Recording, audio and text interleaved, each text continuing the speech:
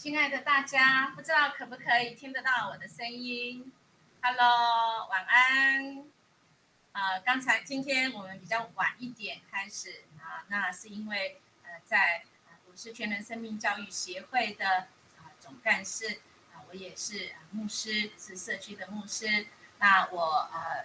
今天圣诞节快到了，所以我们有点灯的仪式所以刚刚我们结束非常的热闹让人感觉到在寒冷的冬天我们有流所以欢迎大家今天我们真的很难得的机会我们要邀请我们的这个刚刚非常新鲜，刚刚才得到这个博士学位的毛冰旭博士他要来跟我们来分享。那好不好？我们用最热烈的掌声，我们要来欢迎我们的冰旭博士不知道刚刚我有看到你在线上，可不可以请你开麦克风呢？可能他还在测试没关系。我们今天呢会特别邀请请问一下我这样子你们听得清楚声音吗？声音可以吗？如果听不见声音可以留言一下，可以听得见声音吗？可以吗？好，可以有人回答。请问可以听得到我的声音吗？可以吗？可以听得到吗？好，那如果有人没有人反映这个可能声音听不见那我们就是假设如果你有问题可以留言，看是你听不清楚那你可以留言。好，那我们呢刚才已经这是什么协会？全人生命教育协会。我们等一下会把我们的这个资讯会留言在我们的这个留言板。全人生命教育协会，听这个名字它是在桃园市，听名字就知道从0岁到100岁都是我们服务的对象。那我们的对象既然是生命教育就是跟我们的很多的面向是有关的那我们今天的这一个讲座，家长成长班的讲座，就是我们的有6大组其中有一组就是生命教育组。那我们是从0岁一直到99岁的生命教育，那都会跟这个有关。那我们也有一个所谓的安家银行组，也就是有些人的家庭他一时家庭需要一些急难的救助，那么我们有安家银行尤其这2年疫情，这个安家银行真的是有很多的人很需要另外我们也有所谓的街友恩友关怀那这个是在冬天在这个疫情当中，我们是非常的需要有关心这一群在街上他们是非常有故事的人我们需要来关心他，因为他也是一个人那另外我们这个所谓的医疗咨询的这样子的服务当然我们也有所谓的乐龄就是我们有一个德福一个关怀据点这都是全人生命教育协会我们的服务的对象跟范畴，就是我们有6大组那我们这一组呢这个家长成长班，是因为教会这个时候协会有一个鼓舞，就是打学鼓的所以我们欢迎今天有一些家长是鼓舞的孩子的家庭在我们当中欢迎跟我们一起。那洪桃梅老师呢，在明年开始也会推出全新的这样的课程，就请大家预备因为那是主要报名制的，它会是这个父母效能的课程父母效能的课程。那么请大家关注我们的这个 LINE 群组，我们会有公布给大家报名的时间像这个鼓舞我们都是很秒杀，一下子就报名额满了所以请大家预备加入我们协会里面的这个LINE群组，随时就关注，那我们会通知大家，大家再来报名洪桃梅老师在明年会在我们的线上会有一个课程叫做父母效能的课程请大家预备。那么今天呢，我们话不多说我们的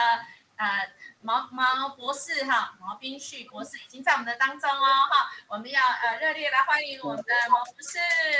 来先自我介绍，Hello Hello，听到我的声音吗？可以。OK，我叫毛彬旭，然后我应该很幸运的是在今年的9月份完成我的那个博士论文，然后通过口试之后拿到这个学位。那如果要自我介绍的话，我看上面也有讲，就是说我其实我从小应该是在迦南教会成长的，但我上高中毕业之后，然后我就是到了南部去求学，一开始先考到国立的中山大学，但是后来我经过2年的时间，我就转学，因为原本是希望能够往北部回到桃园来北部，可是后来阴错阳差又转到成大，所以转到成大之后呢，我就一直都留在台南，一直到现在都在台南。然后成大是读生命科学系，后来研究所就上面讲的，我硕士班是读分子医学研究所，然后后来博士班是读环境医学，所以都跟一些生物医学领域有关。然后现在就是拿到这个学位之后，我觉得上帝也蛮带领我很顺利的，就是进入成大的医工所，就直接接去担任博士后研究员，然后大概是这样子。我想我们会邀请毛博士的原因，是因为很多的家长其实很关心一件事情，就是我们的孩子到底在几岁的时候我们才知道他适合读书适合读博士、硕士，还是尽早给他这个学一技之长呢？可不可以请毛博士跟我们分享一下你这个转折是怎么样子来决定的？其实我并不是那种很喜欢读书的人，所以你可以看到，但是我觉得，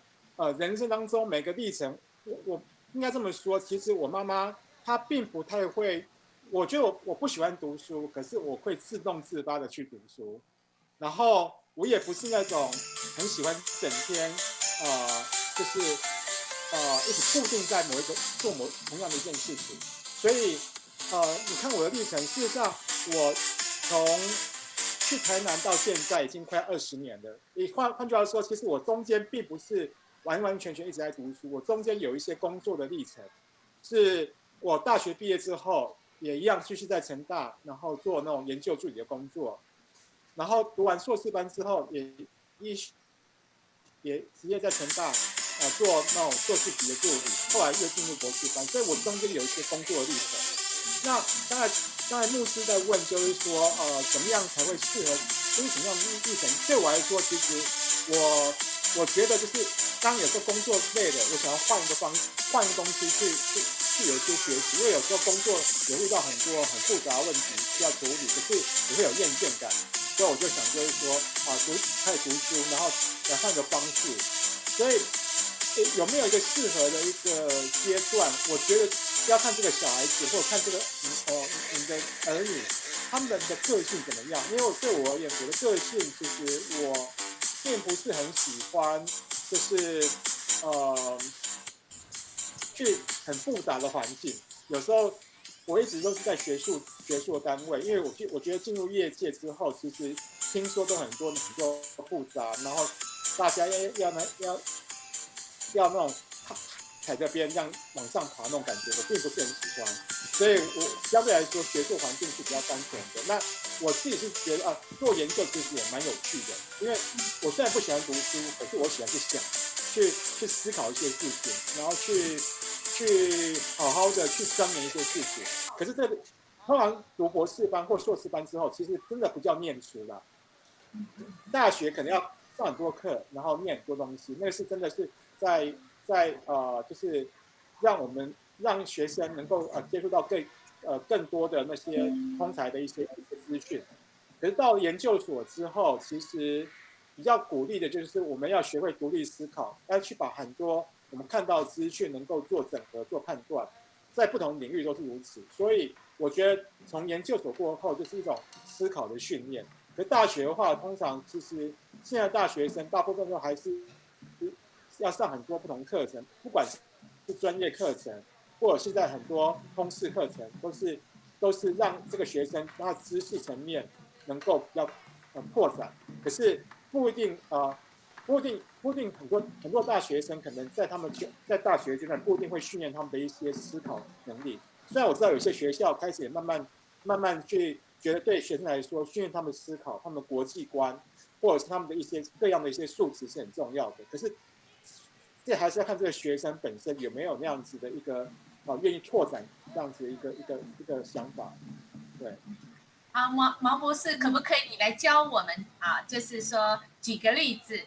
帮助我们做父母的怎么样来思考啊？一件事情就是您怎么样子来分辨生命科学、分子医学、环境医学在学什么？那我们父母如果遇到我们的孩子问我们，或者是我们要怎么样来帮助他们思考这件事情，这中间有什么差别？我们怎么鼓励他，或者是我们怎么帮他分析？其实这个问题没有那么，因为这个就是如果问我说学生命科学在学什么，其实它就是最传统就早期那种生物。其实我当初会选择生物系，事实上是因为应该说，我先回到我国高中阶段，其实我觉得我最在行的科目其实不是英文，我觉得英文的学习对我来说是比较简单的，但是其他的一些自然科我也觉得还 OK， 但是我觉得我的英文是最好的，是我觉得我不用花时间去读都可以把它读好的。但是生物这部分是因为我开始接触生物的时候，是因为我觉得我比较，因为我觉得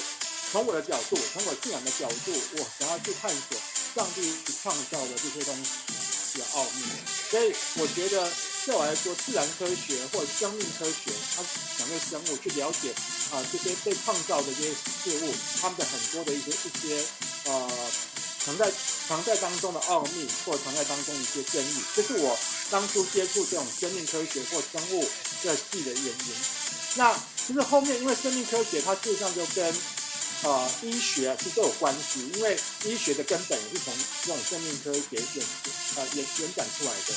所以我后面读的分子医学或者是环境医学，其实都是生命科学的一些延伸。那分子医学它讲，其实到了研究所这个阶段，第二排先不要打，第一排看做一次，因为是你们要表演。在我们这个领域其实前面的前奏有几个八拍，你没有数吗？其实都不太重要，而是那个研究所当中，那个那些老师他们做什么，你有没有兴趣参与他们那个老师他所做的东西？因为一个系所可能有分很多不同的老师。那我当初就是考分子医学研究，因为成大医学也有很多其他的研究所，因为你知道很多名称听讲说怎么那么多研究所，可是事实上里面的老师有在那个研究所里面，那老师做的主题跟其他老师做的有些比较特殊性的，会比较有兴趣去了解的，那个是我觉得我会去选择判断。然后到了环境医学研究所会更复杂，因为环境医学里面涵括的除了有医学之外，也有很多其实我不熟悉的领域，因为每个老师都不一样，所以我也是觉得就是觉得这个老师他做的东西也有兴趣我觉得我想要去多去探索，所以我就想根据老师来做决定。所以如果是说，但这是在医学这个领域，我相信在社会科学或者其他工程，这都一样。现在因为现在很多的这种这种研究已经呈现所谓的跨领域，也就是说一个研究所里面，这些老师他们的领域不一样，有些老师他会结合很多的领域，像我现在在的生物医学工程系，它事实上就把医学跟工程就结合在一起。那有些老师很偏工程，你不会打没有关系，你打得不好没有关系，但起码让我看到你很认真在打。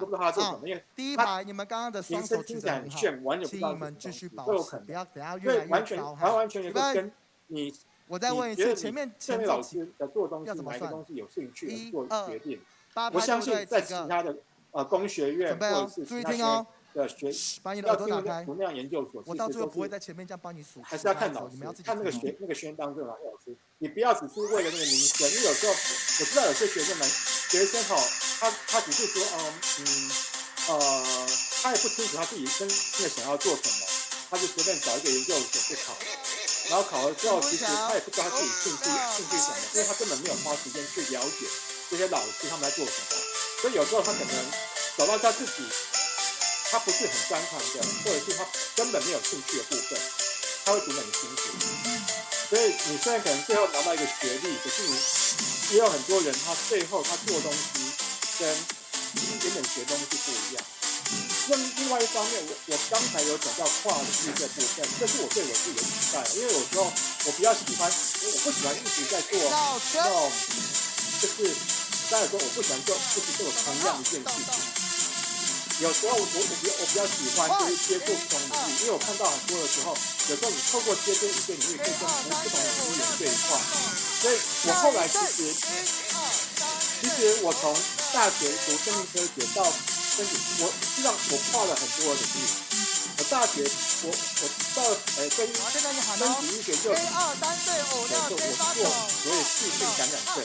那个是在医学当中的一个领域。然后我到了博士班的时候，我做的是叫纳米医学，跟现在的在读博士班跟博士班跟硕士班之间那个过程间隔过程，我去担任研究助理。我们做的是纳米医学的这个领域。那后来我又从纳米医学又跳到所谓的毒理，就是研究这些医学是纳米医学的目的是要把它发展成药物，去帮助人。那纳米毒理又是另外一个从毒理学的角度，它是要看这些东西，可能有些东西看起来是好，但是它可能对人还是有伤害，我们要去研究这部分，所以它跨了很多领域。那我自己喜欢这样子的一个过程，所以有时候真的说选什么，其实我会鼓励，就是如果一些孩子他从大学要进入到研究所，其实他还是要去看看自己真正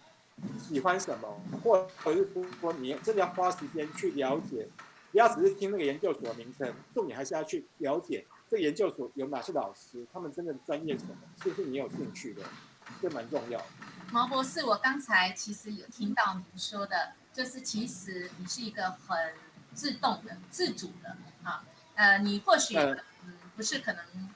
自己说很客气说你不是很会读书，但是我可以听到你是对读书有热忱，你是自主自动的。另外，你跨领域其实是跟现在108课纲是不谋而合，就是你一直在跨，因为你最好的竟然是英文。对吗？我刚刚也听到。可是你现在学的是科学，特别是在你的博士的领域。那在这个过程中，可不可以来帮助我们这个家长，怎么样来帮助我们的孩子？可能小时候我们的孩子现在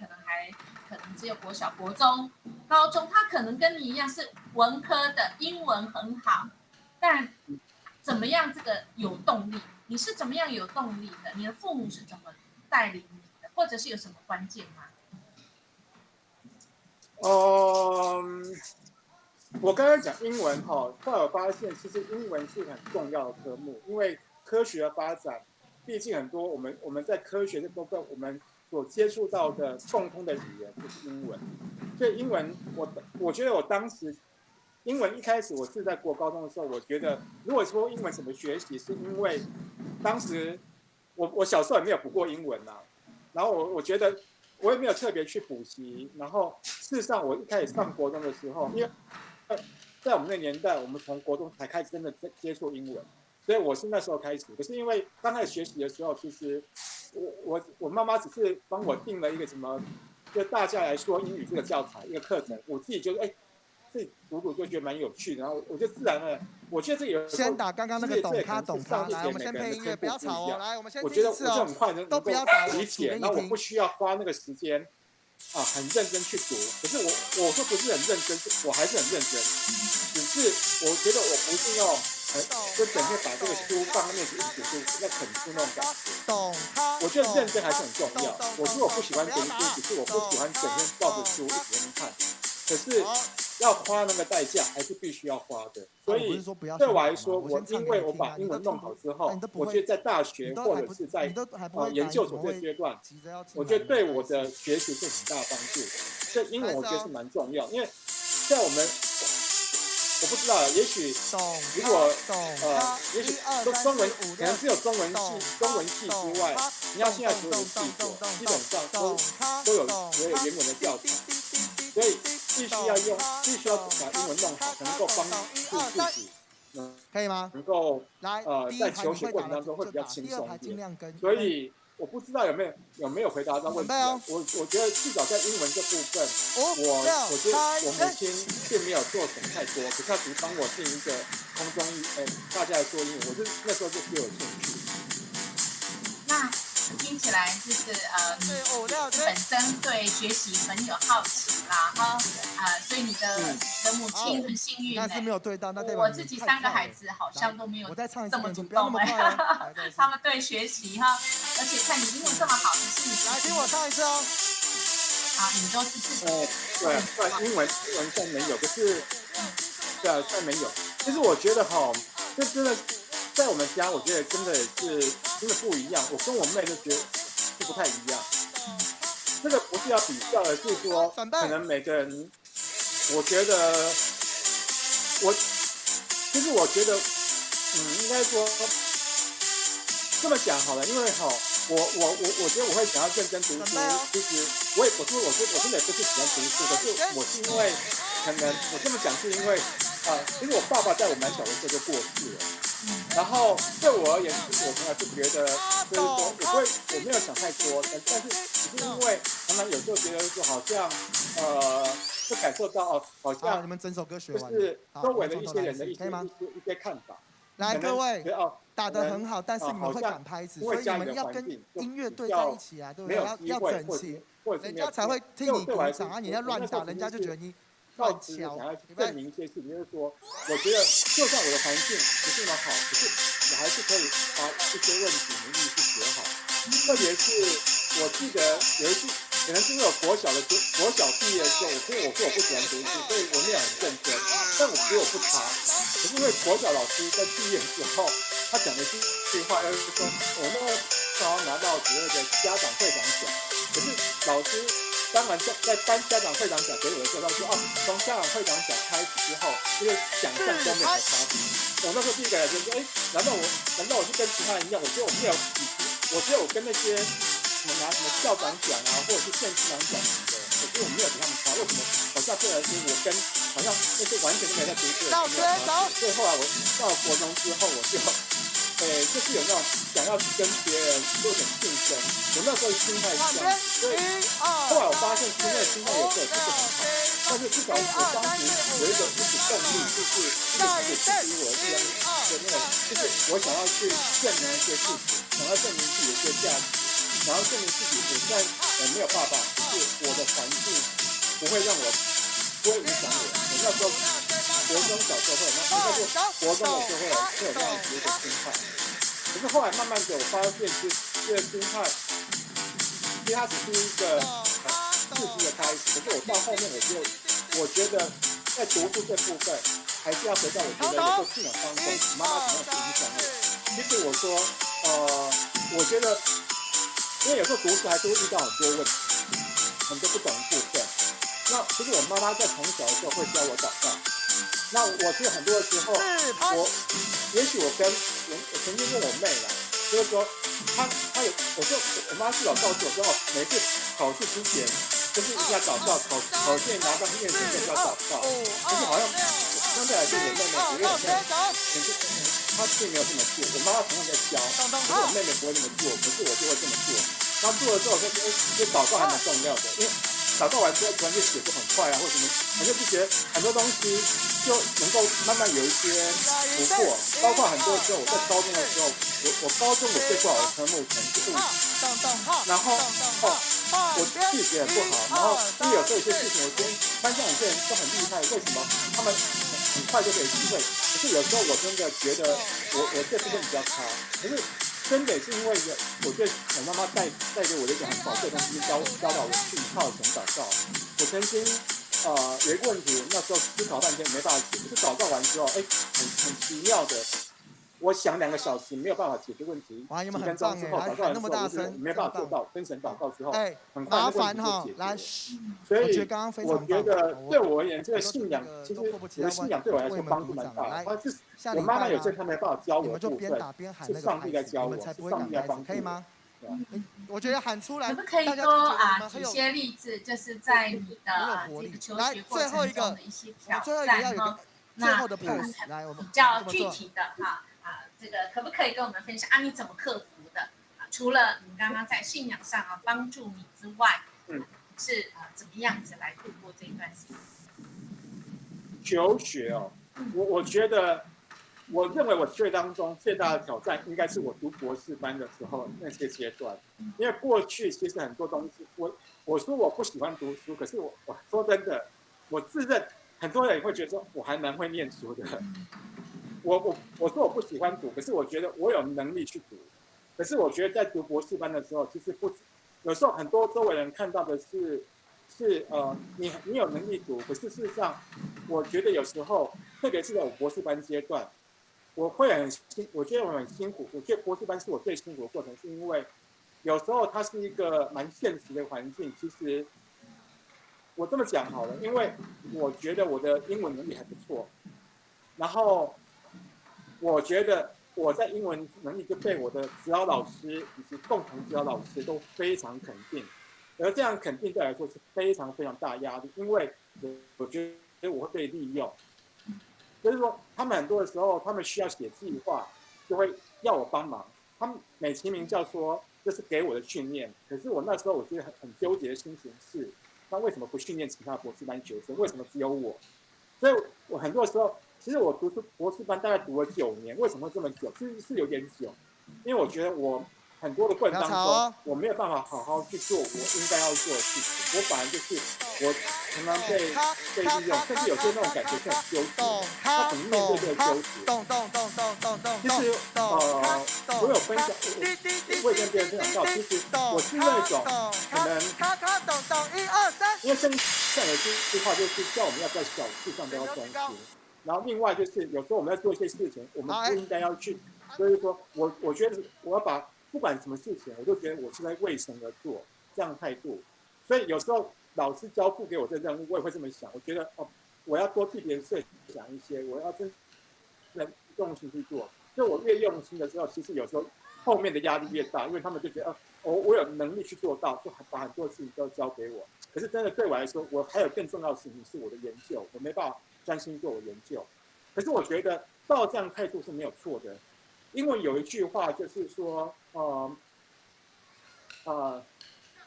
You are never wrong to do the right thing， 就是你不会做正确的事情，你不会因为做其实你做这些正确的事情都是没有错的。他敲鼓棒就放下来。有时候我们常常觉得我们选择做些正确的事，我们以为好的事情或正确的事情，别人会利用我们。我当时也会这样想。谢谢。可是我觉得，我后来一直把我就一起敬礼来喊，谢谢大家，这样就好了。预备，再次来举手。尽我最大的能力去把它做好。不是只是把它做完而是我觉得做好现在，这不是个，我觉得这也不是完美主义。有些人觉得我不会是很完美，可是我觉得我是尽力。然后这样，谢谢大家。好，来再做一次。我不会要求到100%完美，可是至少是在我看来我是尽力的。这件事情事实上，有一段时间我是很纠结，可是在我最后一步上，我觉得我看到，就是我今年我去找我的指导老师，因为我真的研究上真的做不太出来，有些东西真的卡关很久，可是我已经到了毕业的年限了，已经不能够再拖了，所以我去找我指导老师帮忙，他就帮我他就帮我很大忙，就是因为我研究做不出来。做不出我想要的，不是想要，应该说做不出好的结果。我们下一半就跟这个，因为我们必须要发表出去，是不是从头到尾要发表到国际期刊才能够经过所上的老师的同意，我才能够出口去。可是因为我差了一篇发表，所以我去找我指导老师，那我的指导老师他就替我着想，就把过去硕士班的学生，需要我示范一次给你们看吗？他们的硕士论文的东西让我来写成一篇可以发表到。你等一下打完第一遍，不要站在那边发呆啊！我们从头到尾会打2遍哦。我真的在写的时候，我一开始跟老师，因为我觉得我英文不错，我写这东西应该可以很快把它写完，1个月就可以把它写完了。我就跟老师说，1个月我大概可以写完。可真的在写的时候，我发现真的很难，因为这些硕士班的东西有一些问题在，因为可能有时候就是他们没有找一些某些训练，所以写出来的东西有问题。那我怎么样去把这些数据好好的去检视过？我光把这数据查证过之后，就花1个月时间，我根本没办法写。然后，可是我的毕业时间快到了，就是我必须一定要在5、6月份的时候写。应该说，我本来跟老师说，我大概3、4月我就应该写完投出去，因为我7月底一定要考试。所以我那时候就是在写这些，在正面在写的时候，直到我写到6月份，6月初才开始觉得快要写完，可是真的已经来不及了，因为如果考试，所以我必须要至少要在4、5月就一定要丢出去。然后我就来不及的情况下，其实我还是抱着一个态度啊，反正对我来说毕业这件事情很重要，可是我要把这个东西发出去，不只是影响到我个人的毕业，如果发表出去之后有问题的话，会影响到我的实验室，影响到我老师，所以我还是很认真的写。所以我想的就把它，如果最坏打算就是丢出去，然后我没办法毕业没关系。我那时候想法，我还是认真把它做完。所以我这上面很特别一件事情，是因为 COVID-19 的因素，就让那个我们原本口试的时间7月底，然后延长到9月底，延到9月底才那个期限可以到9月底。我刚不是说重投2次吗？我觉得我很认真，那时候我多花2个月时间。给我哈！其实上帝，我相信上帝从头到尾要打2遍，可以吗？所以你们刚刚打完，我认真去做这件事情，我根本没有抱持什么太大的想法，我就认真把它做完。所以我认真做完之后，又再多2个月时间，我多花2个月，可是上帝又再多给我2个月的时间。所以我觉得因为这样缘故，然后所以我觉得就是要感谢上帝的部分。我刚才也说过，其实我就认真去做，其实这本身就是我觉得应该抱持的态度。然后我觉得后来就我的老板，我的指导老师对我非常肯定，因为他原本对我的期待只是说我把这个东西发表出去，发表到一个我们所谓的点数，因为他所谓的影响点数，大概只要4点多的期刊就够。他觉得那个大概他对我期待大概4点多。可是当他看我写完这个东西，他觉得他值得发表到更好的9点多的paper，那个真的在我们领域上面，那个是只要差，那个是很大的差距。就是他觉得我觉得这不是我在做，但因为我认可。可是我觉得上帝帮助我能够把原本可能看起来不是很好的东西化腐朽为神奇，就是因为我觉得我有认真的投入，可是上帝引导我，所以我去做。我那时候花很我真的在做这件事情，其实我挺说，我认识的一些弟兄姐妹为我祷告。说真的，我自己在祷告的时候，我也觉得没有那么大的信心，说我一定可以拿到，一定可以怎么样。可是我觉得，当我学习开祷告，我也邀请我弟兄姐妹为我祷告的时候，我觉得真的有时候会有一些，我觉得就是这样讲，就是真的只有神能够透过这些弟兄姐妹为我祷告来成就的事情。所以最后我真的是我觉得我这个挑战是我目前为止我的人生当中我觉得最难的挑战，因为还有很多挑战是要跟人，因为到了硕士班，让你休息一下，我们等一下在最后打个2分钟下课。就是你只是上课这个部分，有时候跟人相处要很多摩擦，跟我的指导老师，跟我共同指导老师都会有些摩擦。那怎么样从在这磨当中去看到自己可以调整的部分，这也是蛮重要的。有时候我们会在那种情绪当中很久，我也这样走过。可是后来我也觉得真的是上帝在帮助我。有时候事情就是当我学会去放下、去饶恕的时候，其实会走得比较快的一些。我觉得很多时候在纠结当中，真的也蛮辛苦的。所以博士班应该是我的求学过程当中到现在，我觉得最难的部分。其他都是我觉得我靠我读书，我就会读书我就不会读书的人，我只要认真去读，就可以读好。可是，在博士班最后这个阶段，我发现很多事情不是我努力去做就有办法做好，可是不能够不努力，因为努力还是很重要。所以在不能不努力的情况之下，其实我发现我过去很多的，可是真的有时候是上帝在我没办法的部分来帮助我。对，你是一个科学人哈，就是要看数据跟研究。那么我想请问，有没有人问过你说你是科学人，你可以证明上帝就像你刚刚说的，你经历了很多的上帝，帮助你。那因为我们在我们的这个公里有很多，其实他不是基督徒那有没有人跟你这个挑战问问题？我觉得科学没有办法去证明上帝，可是科学可以帮助我们去了解上帝所创造的部分，从我去了解当中去知道很多事情是科学没有办法去解释，或者是没有办法去完完全全的去理解。比方说，其实科学这部分，我觉得最大的瓶颈就是说，其实不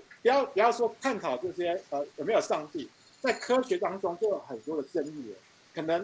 可能某人做出来研究成果，他支持某些论点，可是另外一组的人做出来的结果，他反而是反对这论点，有很多的争议。所以科学事实上没有办法解决很多问题，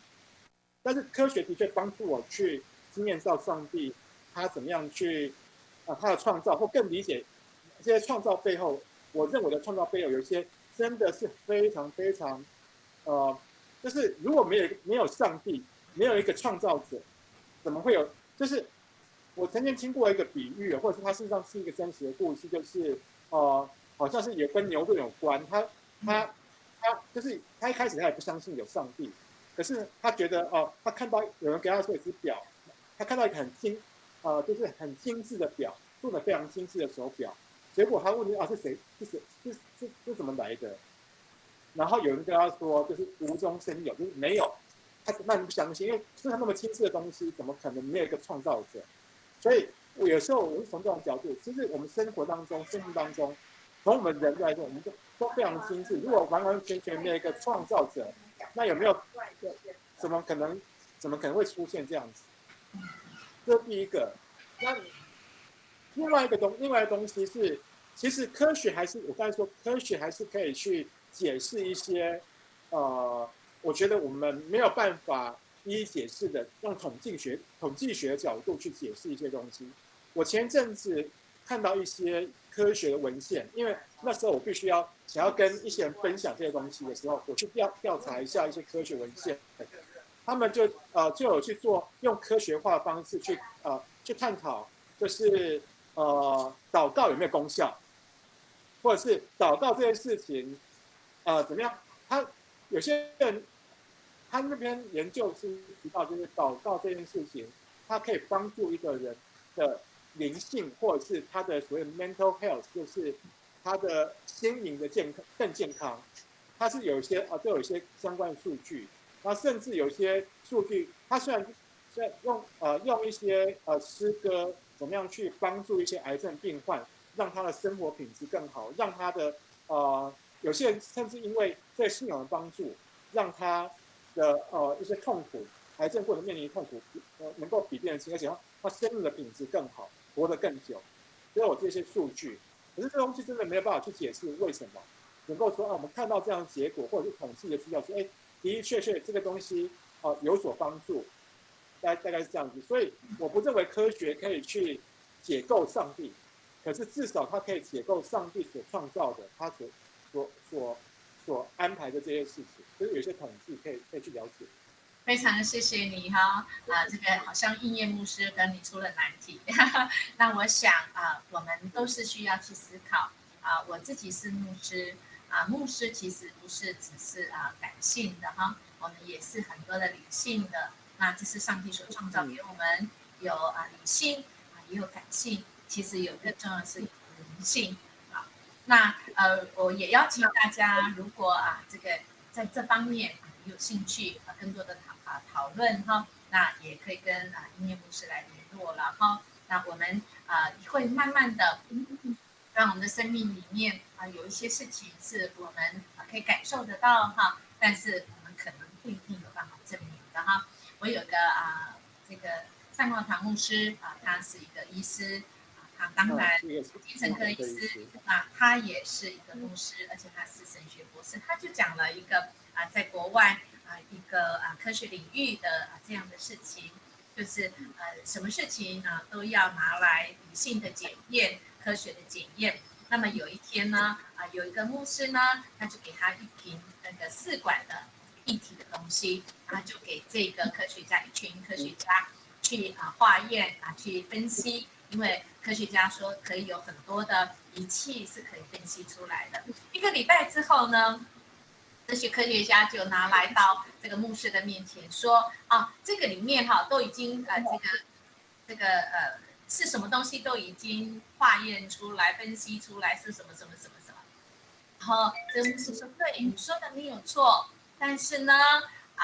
有一样东西你可能没有化验出来，就是其实这一桶液体其实是一个母亲的眼泪，也就是一个母亲对孩子特别是那个浪子的母亲对孩子流的眼泪集合起来，那这个爱是化验不出来的。那我想有太多人生的议题，所以我们这个协会叫全人生命教育协会欢迎大家我们一起来对我们的生命可以一起探索。那继续，我想要趁这个机会我也要请我们的毛博士来分享一下在你的母亲，尤其在这个过程当中家庭的教育，除了你刚才所分享之外有没有什么挣扎？特别是你在读博士班的这段时间，那遇到这样子的这样挣扎你是怎么样度过来？你是怎么选择？其实我跟我母亲，我妈妈是很晚婚的，所以她生我的时候她已经41岁了。那所以我后来事实上，我从大学之后就离开桃园，然后就是大概常年是在在南部。那其实我最大的挣扎其实有些人常会问我说你为什么不回来？为什么不回来桃园？那因为变成只有我妹妹，更早之前是我妹妹还要求学，所以变成只有我妈妈一个人。那后来就是我跟我妹妹跟我妈妈相处。那其实每个家庭都会有一些问题啦。其实对我而言，我觉得我一直想，就是说我妈妈她有时候她也有一些她人格上的一些问题，有时候就同住一个屋檐下，其实大家可能都可以理解，有时候争吵会特别多。那我自己会觉得，对我来说，挣扎就是说，可能别人都觉得为什么好像我都不愿意回来，可是对我一个，我觉得我去思考一个，就是说，有时候我觉得我在不同地方有少那个很近距离的每天的接触，也许我可以比较，我在整个面对跟妈妈或家人成长当中，我会比较有那种空间可以喘息，而且我可以用比较健全的心态去面对我跟我家人之间的关系。有时候别人不能够理解，可是对我来说，我觉得这非常非常重要。所以后来是我觉得可能有这种距离在。我觉得我妈妈她有些她跟我妹妹之间相处问题是她可以跟我讲，或者她遇到一些问题，她愿意跟我讲，所以让她有一些对她来说也是好处，就是可能跟妹妹之间相处会有一些问题，她没办法沟通的部分，她可以至少有人可以听她说。那这是一个部分，可是我讲到就是说到后来，其实因为我妈妈后来到了我念博士班的时候，其实她心理状况越来越不好，然后因为她事实上有失智的问题，所以因为这个问题，所以我跟我妹妹她跟我妹妹之间的一些冲突也会比较大一些。但我那时候常常觉得就是会有很多担忧的，因为我觉得我妹妹要工作。然后我妈妈虽然说她整个在家，可是对一个对你来说就最不好，就是说一方面我们担心没有人照顾她，二方面就是她一个人在家退化更快。所以我后来其实那时候都担心。你们没有算到，来不专心在一起。可是最后我们还是我觉得，因为她后来真的有一些状况之后，我们真的让她知道护理一下。所以那部分其实也因为我觉得有时候上帝安排蛮特别，因为至少对我妹来说，她也有喘息的机会了，她跟我妈的关系也慢慢改善了。那我自己其实还是会想要觉得很多挣扎，是有时候其实我原本是打算要出国的，然后出国念博士班，可是我觉得最后当然很多人那时候也一直在跟我讲，我最后决定离开台湾的一个因素，还是因为考虑到我跟妈妈的身体状况，我觉得我可能也没办法真的去国外，因为会更多的担心。所以最后再是最后还是留在台湾来，比较有机会，还是可以有什么重要事情就会回来。然后我最大的挣扎是我妈妈到了我博士班4、5年、6年的时候，其实我的研究还是很积极，就是那种压力很大。可是我妈妈身体状况越来越不好，然后甚至在她过世之前，因为我妈妈在3年前过世，然后过世之前其实因为她进入瑜伽，因为就是那种吸入性的一些呼吸道的感染，所以就送医院。那时候我大概我最大挣扎是因为我那真的经济方面是很大压力，因为我变成就是说我几乎每1、2个礼拜我都要一直花大，而且有时候礼拜要回来2次，一个礼拜开始，礼拜结束要回来，所以我花很多时间在往返，不止会影响到我的实验，但那个交通费，所以我那段时间应该是我妈妈最后那段时间是我最挣扎的时候，因为我知道她来日不多了，可以感受到，可是又很希望就是我也考虑也有毕业年纪的压力，所以那段时间真的非常挣扎。到后来我妈妈过世的时候，我也因为经济压力我最后选择是先休学，所以我念了9年，是因为我有休学4年半左右的时间，所以让我的毕业的年限增加，我会延长年限。可是事实上，在那段最挣扎的时候，其实有些事情因为有时候会变成家里面的其他人会不谅解，他们可能不能够了解这些想法，所以有时候也要面对家族当中的一些人他们的一些看法。其实我觉得事情会过去啊，因为有时候我一直常常觉得有些事情只要我们愿意坚持，我觉得是对的事情，愿意坚持。我有些事情就算当下有做的误解，所以我觉得我坚持之后，很多关系就可以改善。所以我妈过世之后，其实我跟我妹，还有跟我妹婿，或者是跟家族的一些人的关系，实际上真的有蛮多的改善。因为我觉得有些事情是日久见人心，所以这些挣扎部分真的很多的。但是我觉得我们要下课前还是要大家一起打一次来，做对的事情很重要，对不对？刚刚打得很好吗？非常谢谢我们那个博士真的哈，这个很真实的分享哈，因为这个过去几年其实我跟很累，代表你刚刚很努力在打，很了解哈他的家庭哈家族，所以音乐牧师会请问这个就是说，没有任何的成就是完全没有困难。我们其实是人生有很多的挣扎要可以了吗？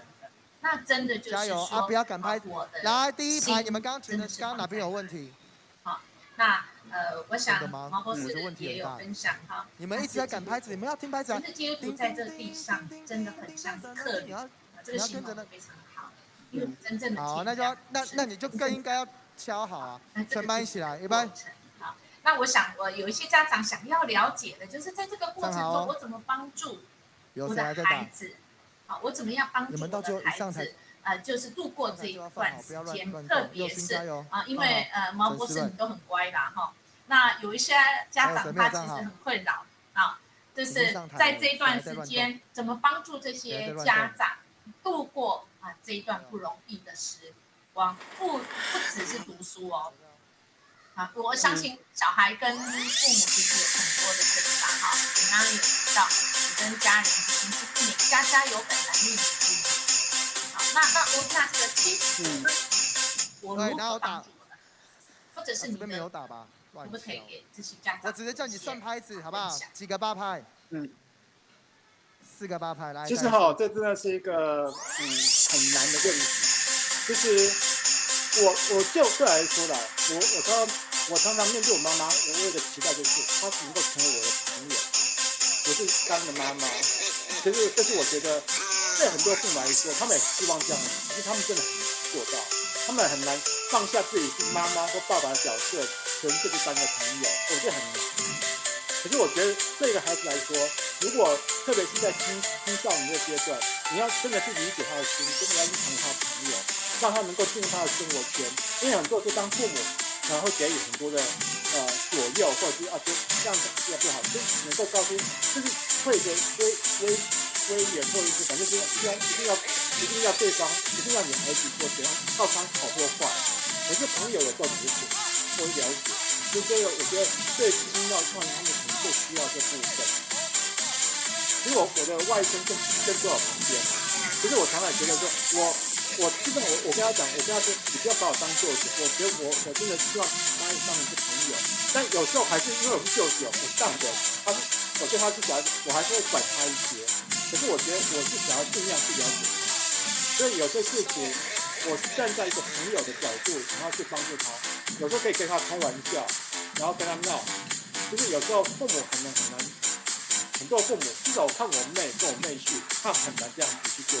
就是那种放下，他们都管的比较多，可是不太能够去愿意花很多时间去了解，去谈话。实际上，有时候你要了解一个人，真的不是那么容易的，就是你要花时间，而且实际上有时候就是你要慢慢去，其实这个东西不是只有对自己孩子，身边的人都一样，你要花时间去有些人他不太，特别有些人他的心是很封闭的。你要花时间慢慢的去引导他，然后去跟他谈话，然后去让他感受到安全感，他愿意跟你讲。所以父母跟儿女之间，其实也需要有建立这种关系，就是那种信任或者是很安全的关系，不是因为同在一起就安全。就是我跟我妈之间，其实我妈就是有时候很多常年的一些，其实我也不太能够把我的一些心事跟我妈讲。其实都是这样子，因为有时候那种是长期下来的，可至少如果能慢慢去改善，至少我觉得相对来说，我妈妈很愿意把她的一些事，她也不是把所有事情都跟我讲，她愿意讲。那事实上我回到家，早期的时候是我常常一回到家是我妹妹会待在她自己的房间里面，我会在客厅里面跟我妈谈话。就有时候这种东西就是要花一些时间去经营，就是关系的这个部分。先把关系用好之后，其实很多东西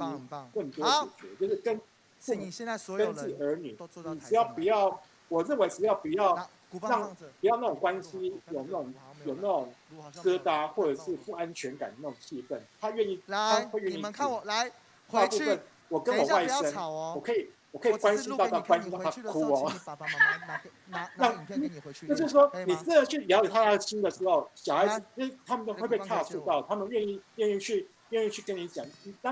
当我们愿意这么做的时候，其实那个成功，就让他的心是柔软下来，就够了。所以，如果我们跟人的关系是能够现在就是那种亲密度够的时候，其实自然而然的很多问题就会解决了。毛博士，我觉得你是一个暖男我想真的是暖男哈。我想在你的信仰上，其实对你有很多的帮助，可以听得出来你也愿意把你的心向比你更大的这一位上帝，是透过你去经历的，不是用理性去研究出来的这一位上帝那我想人跟人之间也一样。有时候没办法说明，只能去经验跟经历。那孩子跟家长也一样，因为每个人都不一样，每个人都是独特唯一的。既然是独特唯一的，那没有一定的公式，只有一定的精神，那就是被在乎，被真的是认真的对待，被尊重英年牧师常常讲说，爱从哪里开始？爱就是从尊重开始。那我想各位我们的这个好朋友我们都是可能是为人父母的，或者是我们对人都是有还有兴趣的，还关心的那我们就是一起来努力前面的路。最后一个问题最后一个很想请问的如果这个我们的毛博士你有机会再重来，你还会读博士班？尤其你这博士班读了9年，你的身边的朋友，我相信他们已经现在你还会想，或者是你有没有想过你会怎么样不一样的人生？当然，我觉得其实我先讲，我当初考进博士班的时候，我们班上跟我同样考进去的有5个同学，然后一进去之后就有一个休学了，然后每年都休学一个，所以最后只剩下我跟另外同学，而且对我而言我是全职的博士生，就是说另外同学他有工作，所以有时候真的说有没有办法重来，其实如果我能够回到更年轻的时候，也许越有可能嘛。可是我说现在再去念个博士班，我觉得不太可能，因为随着年纪或者是训练压越多。但是我觉得真的读博士班是一个很好的训练，是一个我说过，有时候我对我来说，读博士班，我要面对很多，不是研究，我说对人生来说是一个很好的历练，就是我们要去面对很多真的不是我以为或者是我原本我很努力就可以解决的问题，其实在过程当中，对我来说，我的生命可以被扩展出来，就是包括跟人的相处，因为有时候。我刚才有说过，我曾经觉得我的老板，我的指导老师有点压榨我，那我跟他的关系其实后来也不是很好，也不是原本也不是，跟原本那时间不是很好，而现在毕业之后是好了。所以说有些东西真的要花很多的时间去经营或者是去改善，然后如果缺少这部分，但这个博士有可能也不一定要在读博士的方式才能够去经历到这份，有时候我们到职场当中也同样会遇到类似的问题，这也是可以学习的部分。所以对我而言，我觉得如果我会选择重来，是因为我觉得博士的训练真的是拓展了某些专业的技能，然后我的思考能力，还有解决问题的能力。我现在讲的解决问题不是只有人际的问题，是真的应对一些怎么样去分析啊，怎么样去去表达。什么？你如果打得很好，就会我们要常有机会去跟别人解释或去说明我们在研究什么。那这部分，如果我跟专业的人，我们可以跟专业的人讨论，那稍微简单一些。但是如果要跟不专业的人、非专业领域的人，你要跟他介绍，你就要试着去学会自己的表达能力能够更好，能够让第一排一定要做好哦，下一排就要表演了，预备，站好，把专业变成大家都能够接受。要赶拍子哈，各位。这也是一个很好的，对我来说是很好的训练。所以，站好，谁在这是我觉得只要不要再念9年就好了。如果能够，因为如果有第二次选择，也许我会更快一点。就是我知道有些事情我不会想再去碰壁，或者是说我不要我要懂得去拒绝，因为有时候我之前我可能不懂得拒绝。有再一次选择机会，我觉得如果人生很多时候我们有再一次选择机会，或者再一次去做的机会的话，其实我觉得如果这个人上帝给我们恩典，让我们去从过去的一些失败的当中去学到用更好的方式去面对。而且对我而言，我觉得博士是一个很好的选择。然后再读一次，只要我从我过去的一些经验，然后我已经有经验了，我会用更不一样的方式或更好的方式再去走这个过程。也许不用9年，也许就只要4年就可以结束，都有可能。谢谢你的分享哈，有机会就读。好，那真的是今天都是给我们真的不只是有我觉得更多的时代人，甚至于那人生最大的体验，祷告，跟上帝沟通，上帝那边领取智慧，真的需要智慧，不只是智慧，带人智慧的这样的哈。非常谢谢你的分享哈。那我们也邀请我们的家长真的是洪庞梅老师下一次会来的时候，我们需要知道成为更教可以对待自己的孩子之外，其实就是像刚才毛老师说的，人跟人之间其实是会要有界限。我们怎么样在这个界限当中，我们怎么样保有原来该有的？我们怎么样去要去尊重别人？那这个其实都是要学习。好，所以我们今天非常谢谢毛博士在我们的当中，那我们的家长跟我们的这些好朋友哈，我们祝福大家哦。上个礼拜我们这个时间没有哈，这个没有，因为我们要邀请您哈，下个礼拜我们是会要去我们的这个中华路这边有星光三月，我们要等你欢迎你，跟我们一起可以在那边有一个见面的机会哦哈。好，那祝福大家这个我们下次见喽，洪浩梅老师再祝福大家哈，下次是12月11号，12月11号也是6点半时间，好，祝福大家，谢谢，我们非常谢谢马博士，祝福大家，好，不会，好，谢谢，拜拜，拜拜，上期祝福大家，拜拜。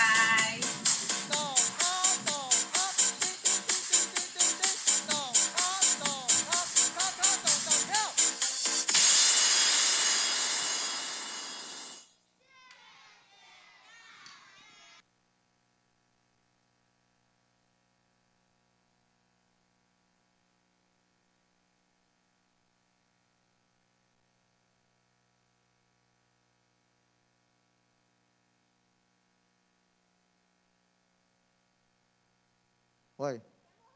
麻烦你现在把你的鼓棒放在箱子、篮子里面，篮子在哪里？鼓不用收，下一个班级要用，你只要把你的鼓棒收好就好。等一下要签到。变成了北大康这种旧年新闻。